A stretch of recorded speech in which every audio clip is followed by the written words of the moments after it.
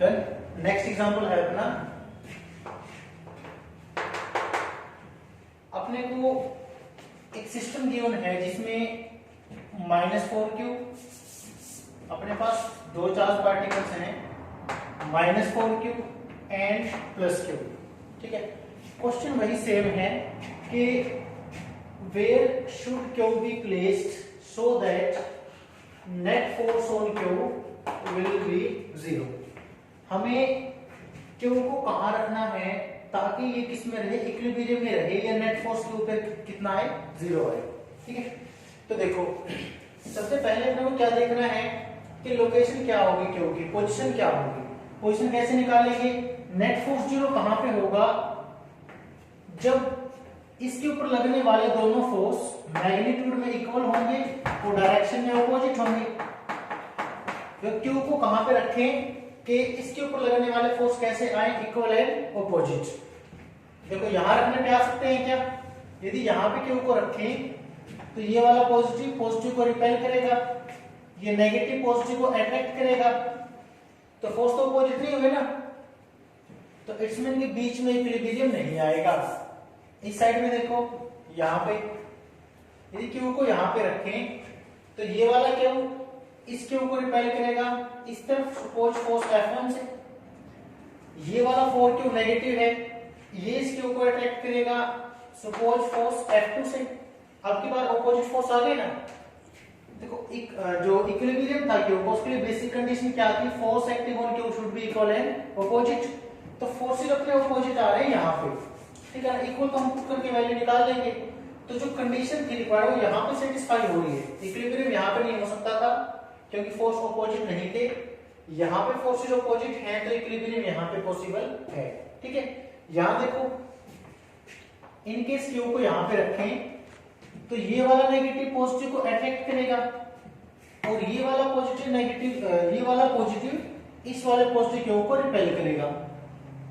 ठीक है ना, तो यहाँ पे कंडीशन है ना, फोर्सेस कैसे हैं, अपोजिट है लगने वाले, तो यहाँ पे इक्विलिब्रियम पॉसिबल हो सकता है। लेकिन यहाँ पे इक्विलिब्रियम कभी आएगा नहीं, ये आएगा नहीं कभी भी यहाँ पे इक्विलिब्रियम हमेशा आएगा यहाँ छोटे वाले चार्ज के पास आएगा। यहाँ पे इक्विलिब्रियम क्यों नहीं आएगा ये हम लोग थोड़ी देर बाद में डिस्कस करेंगे, पहले यहाँ पे डिस्कस करते हैं। ठीक है, तो देखो q को इक्विलिब्रियम के लिए क्या होना चाहिए था, फोर्स यानी कि F1 F2 equal and opposite होने चाहिए थे। अपोजिट अपने आ रहे हैं यहाँ पे, इक्वल अपने को रखने हैं। देखो तो F1 फोर्स है वो है इस q ने इस q को रिपेल किया F1 से, उस -4q ने q को अट्रैक्ट किया F2 से। इक्विलिब्रियम के लिए फोर्स अपोजिट है, इक्वल और होने चाहिए, तो हमने इनको इक्वल पुट कर दिया, F1 = F2। F1 की वैल्यू क्या लिखे, देखो F1 फोर्स है इन दोनों के बीच का, तो K Q1 Q2 यानी कि Q into Q upon distance square. हमने माना कि यहां से ये डिस्टेंस कितना है, x है, तो K Q1 Q2 upon x square. जो -4q इसको अट्रैक्ट करेगा इस वाले Q को F2 फोर्सेस की वैल्यू कितनी बनेगी, K Q1 Q2, Q1 कितना है अपना 4q, Q2 क्या माना Q, तो K 4q into Q upon distance square. Distance कितनी आ जाएगी, टोटल डिस्टेंस।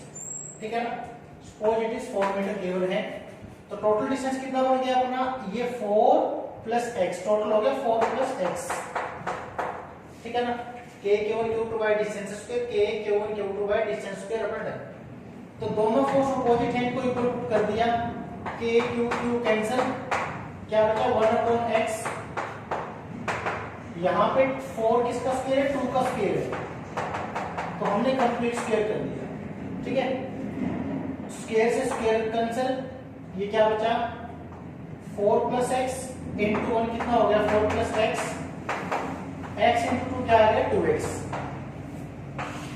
तो 4 इज इक्वल टू आ गया अपना 2x, ये x उतर जाएगा तो नेगेटिव, तो 4 इज इक्वल टू आ गया अपना x। हमने क्या निकाल दिया कि यदि इस q को इस q से x यानी कि 4 मीटर दूर रखा जाए तो इस q पे नेट फोर्स कितना हो जाएगा 0, क्योंकि दोनों फोर्स आपस में कैंसिल हो जाएंगे, नेट फोर्स 0 हो जाएगा और ये q किस किसमें होगा, इक्विलिब्रियम में होगा। तो आंसर क्या आ गया कि when Q is placed 4 metre leftward of Q then it will be in equilibrium, या फिर जो Q है वो लेफ्ट वार्ड होगा -4Q से कितना 8 मीटर, 4 + 4 8 मीटर। ठीक है, अब हम डिस्कस करते हैं कि यहां पे इक्विलिब्रियम पॉसिबल क्यों नहीं है। देखो Q ने इस Q को रिपेल किया सपोज F1 से, -4Q ने अटैक किया मान लो F2 से, अब अपोजिट तो है दोनों फोर्स, इक्विलिब्रियम की एक कंडीशन तो अपनी ओबे हो गई। सेकंड वन देखो, सेकंड वन क्या है कि दोनों फोर्स का इक्वल होना भी जरूरी है। अब दोनों को इक्वल करके देखो, F1 को F2 के बराबर पुट करेंगे तो F1 क्या है, F1 इसने लगाया है इसके ऊपर, तो K Q ओवर x माना कितना हो गया 4 + x²। F2 है जो इसने लगाया है इसके ऊपर, तो ये क्या बनेगा K Q1 Q2 यानी कि 4Q × Q ओवर x²। अब देखो इक्वल, ये दोनों फोर्स कभी इक्वल हो सकते हैं क्या, कि ये दोनों फोर्स कभी भी इक्वल हो सकते हैं। न्यूमरेटर इसका छोटा है, इसका न्यूमरेटर बड़ा है। अब यदि दोनों फोर्स को इक्वल होना है और इसका न्यूमरेटर छोटा है तो इसका डिनोमिनेटर छोटा होना चाहिए ना। देखो F is inversely to distance square. अब यदि डिस्टेंस छोटा होगा तभी तो फोर्स बड़ा होगा ना। यदि डिनोमिनेटर की वैल्यू कम हो, यदि ये वैल्यू कम हो, अब न्यूमरेटर की वजह से तो ऑलरेडी ये वाला फोर्स कम है, हमें क्या करना है, ये फोर्स ज्यादा करना है ताकि ज्यादा होके इसके इक्वल हो सके। न्यूमरेटर ने क्या कर रखा है, न्यूमरेटर ने इस फोर्स को इसके कंपैरिजन में छोटा कर रखा है। इक्वल होने के लिए क्या करना होगा, फोर्स को ज्यादा होना पड़ेगा। अब ज्यादा फोर्स कब हो सकता है, जब इसका न्यूमरेटर कम हो। यदि न्यूमरेटर कम होगा तभी तो फोर्स ज्यादा होगा ना, लेकिन इसका न्यूमरेटर तो ऑलरेडी ज्यादा है, तो ज्यादा न्यूमरेटर भी क्या करेगा, फोर्स की वैल्यू को डिक्रीज करेगा। तो ये वाला फोर्स न्यूमरेटर की वजह से भी कम और डिनोमिनेटर की वजह से भी हमेशा कम होगा as compare to this one. ठीक है ना। तो जो इक्विलिब्रियम है वो कभी भी मैग्नीट्यूड में जो चार्ज बड़ा है, इस बड़े वाले चार्ज के पास इक्विलिब्रियम कभी नहीं आएगा। क्यों नहीं आएगा, क्योंकि फोर्सेस अपोजिट तो हो जाएंगे लेकिन मैग्नीट्यूड में इक्वल अपने को नहीं मिलेंगे। एक फोर्स हमेशा छोटा होगा और दूसरा हमेशा बड़ा। ठीक है ना। तो इक्विलिब्रियम हमेशा कहां, छोटे वाले चार्ज के पास, क्यों मैग्नीट्यूड में छोटा था तो इसके पास इक्विलिब्रियम आएगा हमेशा। ठीक है, नेक्स्ट प्रॉब्लम।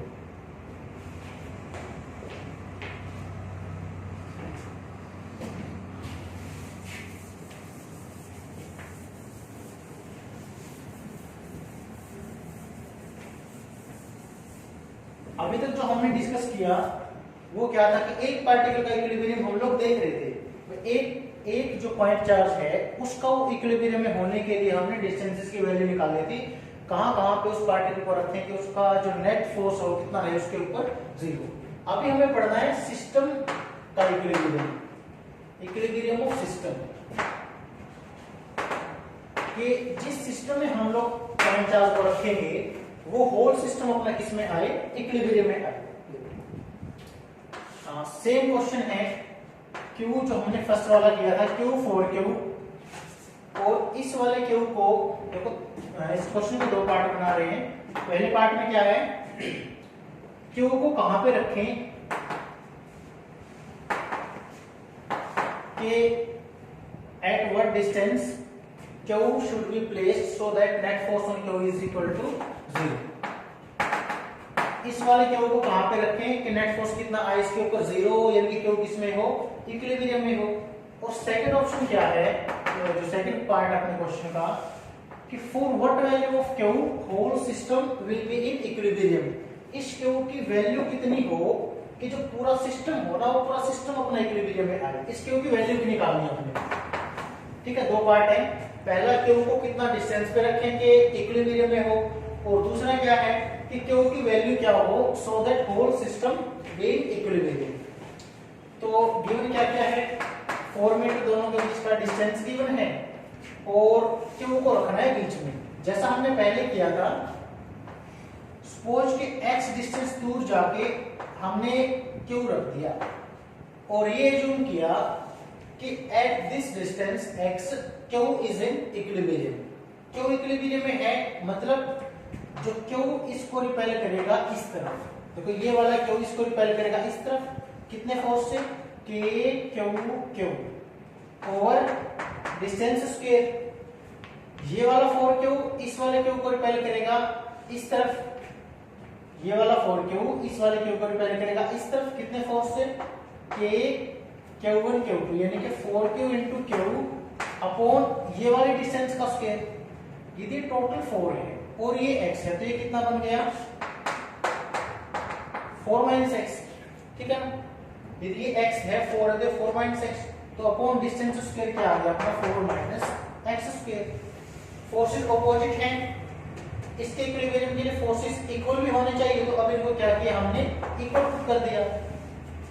q ने q को मारा, क्या बचा 2 upon 4 minus x whole square, तो का स्क्वायर करेंगे तो 4 हो जाएगा, ठीक है।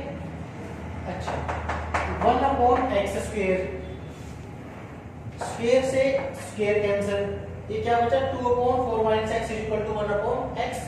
क्रॉस मल्टीप्लाई करेंगे तो x इंटू 2 कितना बना 2x, 4 माइनस एक्स इंटू 1 क्या आ गया 4 माइनस एक्स, x इस तरफ आएगा तो 3x is equal to 4, then x is equal to 4 upon 3 यानी कि 1.3, ठीक है ना। x की वैल्यू आ गई 1.3 मीटर। यदि हम इस q को इस वाले q से 1.3 मीटर की दूरी पे रखें तो नेट फोर्स q पे कितना आएगा 0, ठीक है। ये कंडीशन हमने एग्जांपल नंबर 1 में पढ़ी थी। अभी जो ये वाला एग्जांपल हम कर रहे हैं, ये कर रहे हैं सेकंड वाले के लिए, सिस्टम के इक्विलिब्रियम के लिए। क्या इस q की वैल्यू इतनी हो कि होल सिस्टम किसमें आए, इक्विलिब्रियम में आए। अब सिस्टम का इक्विलिब्रियम क्या है, देखो एक एग्जांपल देखो पहले।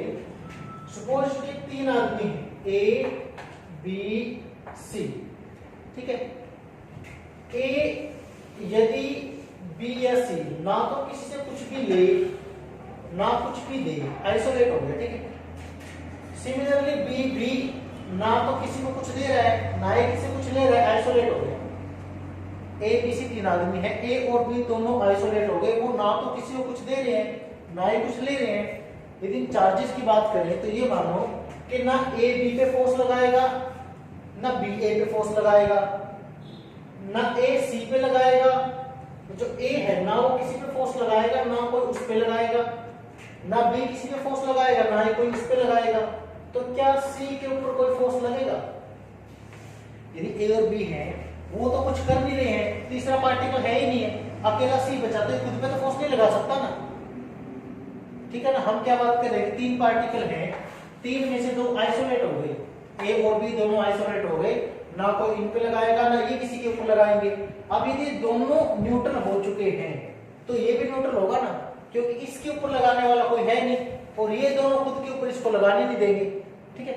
तो इससे हमें क्या समझ में आ रहा है कि यदि हमारे सिस्टम में 3 पार्टिकल्स हैं और यदि 3 में से कोई भी 2 पार्टिकल इक्विलिब्रियम में आ जाए तो तीसरा भी ऑटोमेटिकली इक्विलिब्रियम में होगा।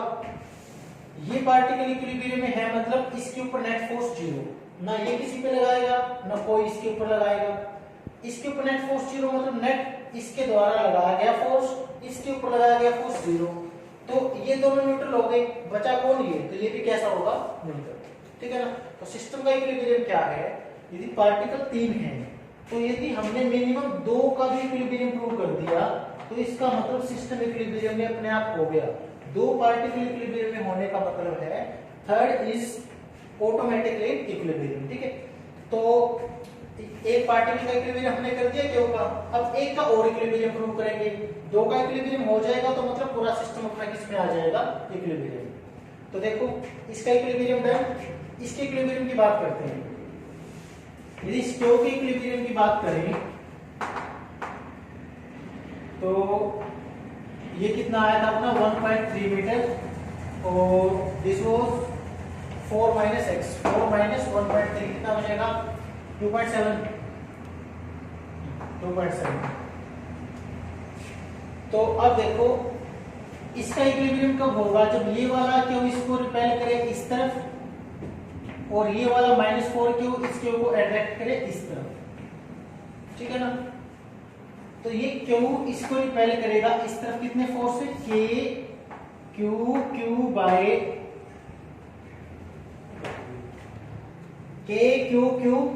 अपॉन डिस्टेंस स्क्वायर कितना 1.3 का स्क्वायर करेंगे। तो ये आ गया डिस्टेंस अपना 1.3 का square is equal to KQ। देखो ये वाला पार्टिकल इसको अट्रैक्ट कर रहा है इस तरफ, तो ये फोर्स कितना बनेगा कि ये फोर्स इन दोनों के बीच है, ये वाला इसको अट्रैक्ट कर रहा है ऐसे, ये वाला पार्टिकल इसको अट्रैक्ट करेगा। तो Q1 माना हमने Q2 क्या माना 4Q अपॉन डिस्टेंस स्क्वायर कितना है 4 ना, टोटल ये 4 है, टोटल डिस्टेंस अपना कितना था 4, तो 4 का स्क्वायर कितना आ गया 16। अभी 4 का स्क्वायर ले लो तो K कैंसिल, Q कैंसिल, क्या बचा Q अपॉन 1.3 का स्क्वायर कितना बन जाएगा 1.69। अच्छा और ये कितना आ गया equal to 4 times of Q upon 16। इसको सॉल्व करेंगे तो ये आएगा कितना आ जाएगा 4। थोड़ा सा और सिंपलीफाई करेंगे तो कितनी वैल्यू आएगी, Q की वैल्यू आ गई अपनी Q is equal to Q over 4 1.69 इस तरफ आके मल्टीप्लाई हो जाएगा। तो ये Q आ गया अपना 1.69 अपॉन 4 टाइम्स ऑफ Q। ये आ गई कंडीशन अपनी सिस्टम के इक्विलिब्रियम की। एक पार्टिकल इक्विलिब्रियम में हो तो उसके ऊपर नेट फोर्स को जीरो प्रूव करके हम लोग वो कंडीशन निकाल देंगे। पूरे सिस्टम का इक्विलिब्रियम डिस्कस करना आए तो एटलीस्ट यदि 3 पार्टिकल हैं तो 2 का इक्विलिब्रियम प्रूव करेंगे, पूरा सिस्टम अपना इक्विलिब्रियम में आ जाएगा। सेकंड पार्ट में हमें क्या निकालना था कि Q की किस वैल्यू के लिए सिस्टम इक्विलिब्रियम में होगा।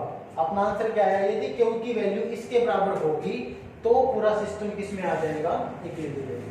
ठीक है,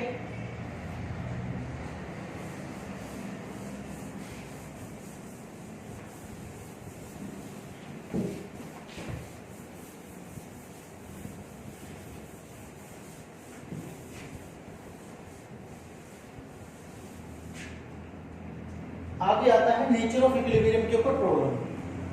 स्टार्टिंग में हमने क्या डिस्कस किया था, स्टेबल इक्विलिब्रियम, अनस्टेबल इक्विलिब्रियम और न्यूट्रल इक्विलिब्रियम। यदि पार्टिकल मीन पोजीशन से डिस्प्लेस होने के बाद अपनी पोजीशन को रीगेन कर ले, हमने पार्टिकल को मीन पोजीशन से डिस्प्लेस करके छोड़ दिया, तुरंत यदि पार्टिकल ने अपनी मीन पोजीशन रीगेन कर ली तो इक्विलिब्रियम कैसा, स्टेबल। यदि डिस्प्लेस करके छोड़ने के बाद मीन पोजीशन को रीगेन नहीं किया तो इक्विलिब्रियम कैसा, अनस्टेबल। ठीक है, आगे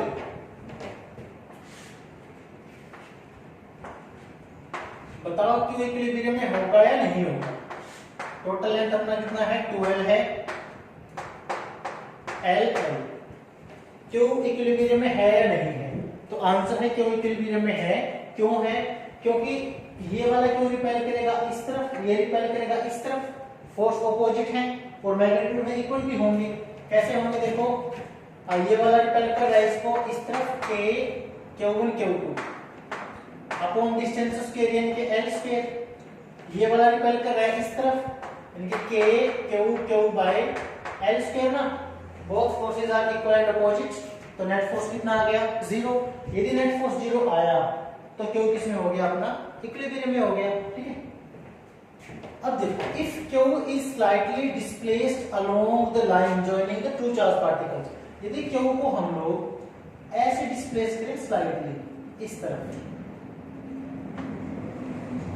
तो मान लो हमने x डिस्प्लेसमेंट दे दिया Q को, ठीक है ना, हमने क्या किया x डिस्प्लेसमेंट दे दिया Q को, तो ये डिस्प्लेस करने के बाद वापस अपनी मीन पे आएगा या नहीं आएगा।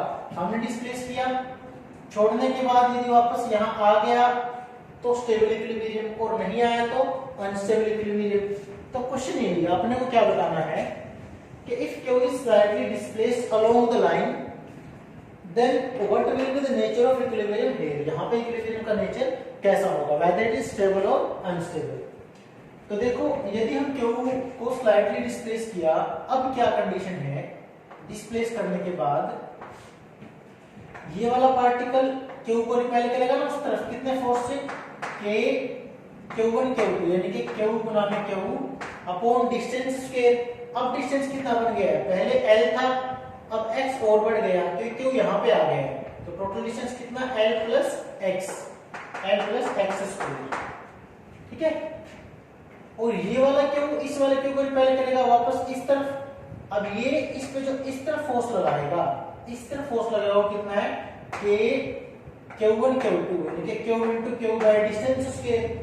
अब ये डिस्टेंस टोटल L थी, x कम हो गया ना, ये वाली कितनी बची, L माइनस x, तो आ गया L माइनस x स्क्वायर, ठीक है। बताओ कौन सा फोर्स बड़ा है दोनों में से, ये इसका न्यूमरेटर छोटा है तो ये फोर्स बड़ा, इसका न्यूमरेटर बड़ा है तो ये वाला फोर्स अपना छोटा। तो इफेक्टिव कौन सा फोर्स होगा, ज्यादा इफेक्टिव होगा ये वाला फोर्स, ठीक है ना।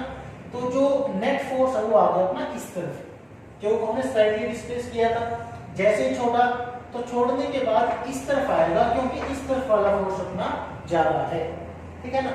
तो वापस मीन की तरफ आएगा, डिस्प्लेस किया वापस आएगा, तो कैसे इक्विलिब्रियम हो गया ये, this is a type of stable equilibrium, ठीक है। ये कैसे इक्विलिब्रियम आ गया अपना, स्टेबल इक्विलिब्रियम। नेक्स्ट यदि अपने पास में ये वाला सिस्टम है, Q और माइनस Q, बिल्कुल सेम क्वेश्चन है, टोटल लेंथ 12 है, मिड पॉइंट के ऊपर रखा है, बताओ इक्विलिब्रियम है नहीं है, इक्विलिब्रियम है, because net force on minus Q are equal and opposite, so net force कितना आ गया अपने पास इसका 0, नेट फोर्स 0 है तो इसका इक्विलिब्रियम यहाँ पे है।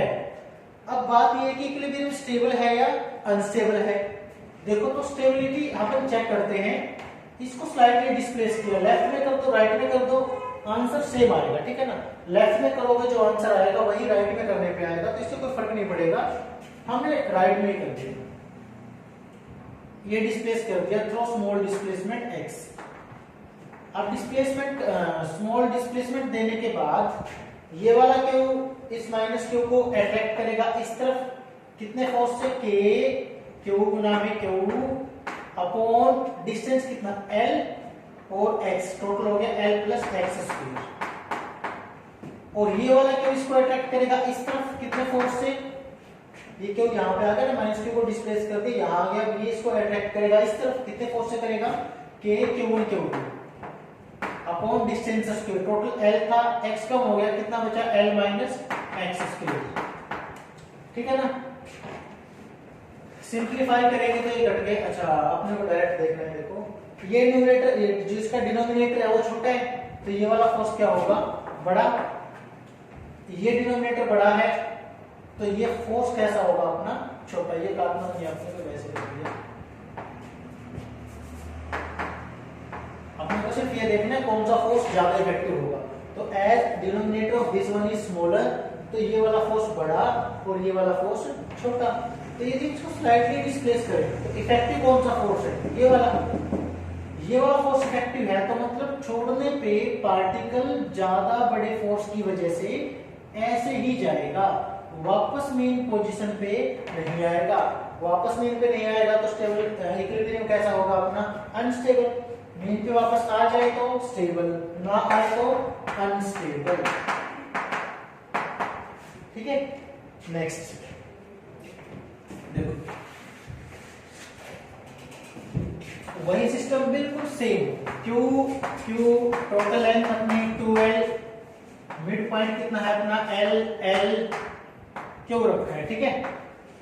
अब की बार अपने को डिस्प्लेस करना है परपेंडिकुलर टू द लाइन, जो लाइन ये है इसके परपेंडिकुलरली डिस्प्लेस करना है अपने को, ऊपर करो या नीचे करो सेम बात है। तो यदि हम इसको, अभी इक्विलिब्रियम है नहीं है इक्विलिब्रियम, क्योंकि जितना फोर्स ये रिपल्सिव लगाएगा इस तरफ, उतना ही फोर्स ये वाला रिपल्सिव लगाएगा इस तरफ, तो ये वाला पार्टिकल अभी इक्विलिब्रियम में है। तो यदि हमने इस लाइन के परपेंडिकुलरली इसको डिस्प्लेस किया Q को, ऐसे ये डिस्प्लेसमेंट दे दिया हमने कितना x, तो बताओ जब इस Q को डिस्प्लेस करके यहां पर ले गए तो अब ये Q वापस मेन पे आएगा या नहीं आएगा। वापस आ गया तो इक्विलिब्रियम कैसा होगा, स्टेबल। नहीं आया तो कैसा होगा, अनस्टेबल। देखो Q को यहां ले आए, ये वाला Q रिपल्सिव लगाएगा ऐसे, ठीक है ना, कितना लगाएगा K Q1 Q2 by distance square, ये डिस्टेंस का स्क्वायर कितना आ जाएगा, पाइथागोरस से l square plus x square ना, ठीक है ना, l square plus x square. Similarly ये वाला क्यू इसके ऊपर रिपल्सिव लगाएगा ऐसे, ठीक है ना, ये क्यू पॉजिटिव पॉजिटिव पहले करेगा ऐसे, इस क्यू को डिस्प्लेस करके यहां ले गए, तो ये रिपल्सिव ऐसे, ये रिपल्सिव ऐसे, ये भी कितना होगा k क्यू बाय डिस्टेंस का स्क्वायर यानी कि l square plus x square, ठीक है। अब क्या किया, फोर्स के कंपोनेंट लेंगे तो इसके पैरेलल एक लाइन हमने ड्रॉ की, ये वाला एंगल थीटा, तो ये वाला एंगल भी थीटा, ये वाला एंगल थीटा माना, तो इसकी वजह से ये भी कितना होगा थीटा, ठीक है।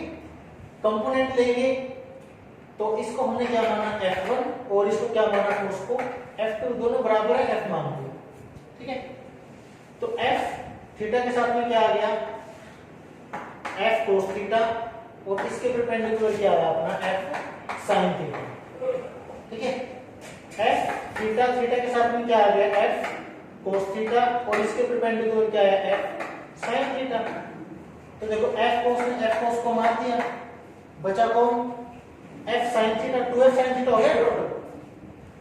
तो जब क्यू को हमने डिस्प्लेस किया, इसके ऊपर इसके और इसके द्वारा फोर्स लगे, उनके रेक्टेंगुलर कंपोनेंट लेने के बाद हमें क्या पता चला कि जो कोस कंपोनेंट्स हैं वो कैंसिल हो गए, बचा कौन साइन कंपोनेंट, वो किस तरफ ऊपर की तरफ। तो ये वाला क्यू है वो किस तरफ मूव करेगा, ऊपर की तरफ मूव करेगा ड्यू टू साइन कंपोनेंट के। तो वापस मिल पे आएगा या नहीं आएगा, नहीं आएगा ना, ऊपर जाएगा ना, वो तो ऊपर जाएगा तो वापस नहीं आएगा, मतलब इक्विलिब्रियम कैसा होगा अनस्टेबल, ठीक है ना। ये कैसे इक्विलिब्रियम हो गया अपना अनस्टेबल। एक और एग्जांपल देखो, same question Q total length अपनी 12 है, हाफ है जो मिड पॉइंट के ऊपर क्यू रख दिया और तो ये बन गया L, ठीक है। इक्विलिब्रियम है नहीं है, आंसर इक्विलिब्रियम है। कैसा है ये अपने को डिपेंड करता है, चेक कैसे करते हैं, अलोंग द लाइन डिस्प्लेस करेंगे, perpendicular to the line displace करेंगे। तो हमें निकालना क्या है, ये नेगेटिव दे रखा है सपोज, अपने को ये दिया कि यदि हम इसको perpendicular to the line joining displace करें तो नेचर क्या होगा इक्विलिब्रियम का। देखो परपेंडिकुलर लाइन इसको हमने यहां से यहां तक ले गए डिस्प्लेस करके -2 को, अब छोड़ने के बाद यदि वापस आ गया तो स्टेबल इक्विलिब्रियम और नहीं आया तो अनस्टेबल इक्विलिब्रियम। और चेक करते हैं, नेगेटिव क्यू को ऊपर ले गए, अब ये प्लस क्यू इसको अट्रैक्ट करेगा, F फोर्स से मान लो कितना आएगा फोर्स k क्यू बाय इसका स्क्वायर यानी कि L square plus x square. Similarly ये वाला पॉजिटिव इसको अट्रैक्ट करेगा इस तरफ, कितने फोर्स से k क्यू सेम फोर्स आएगा ना दोनों साइड का, ये क्यू इसको अट्रैक्ट करेगा, ये क्यू इसको अट्रैक्ट करेगा इस तरफ, ठीक है। कंपोनेंट ले तो theta theta theta theta, component ले थीटा के साथ में क्या आएगा F cos थीटा और इसके परपेंडिकुलर ये आ गया F sin theta. F theta के साथ में क्या बनेगा ये F cos थीटा और इसके परपेंडिकुलर क्या आ गया F sin थीटा। यहां पे हमने जब क्यू के ऊपर लगने वाले दोनों फोर्स के कंपोनेंट लिए तो cos कंपोनेंट मर गया, बचा कौन साइन कंपोनेंट। अब इस साइन कंपोनेंट के कारण ये वाला क्यू ऊपर जाएगा नीचे आएगा, नीचे आएगा क्योंकि फोर्स नीचे लग रहे हैं। तो क्या हुआ, देखो हमने क्यू को डिस्प्लेस किया था ऊपर और फोर्स रिमूव करने के बाद में क्यू वापस आ जाएगा नीचे, तो कैसे इक्विलिब्रियम हो गया स्टेबल, वापस में क्यू ऊपर आ गया, तो ये वाला इक्विलिब्रियम कैसा होगा स्टेबल इक्विलिब्रियम, ठीक है। तो इस प्रकार से हम लोग चेक कर सकते हैं कि गिवन कंडीशन में चार्ज पार्टिकल इक्विलिब्रियम में है या नहीं है तो इक्विलिब्रियम का टाइप कैसा है, स्टेबल है या अनस्टेबल, ठीक है।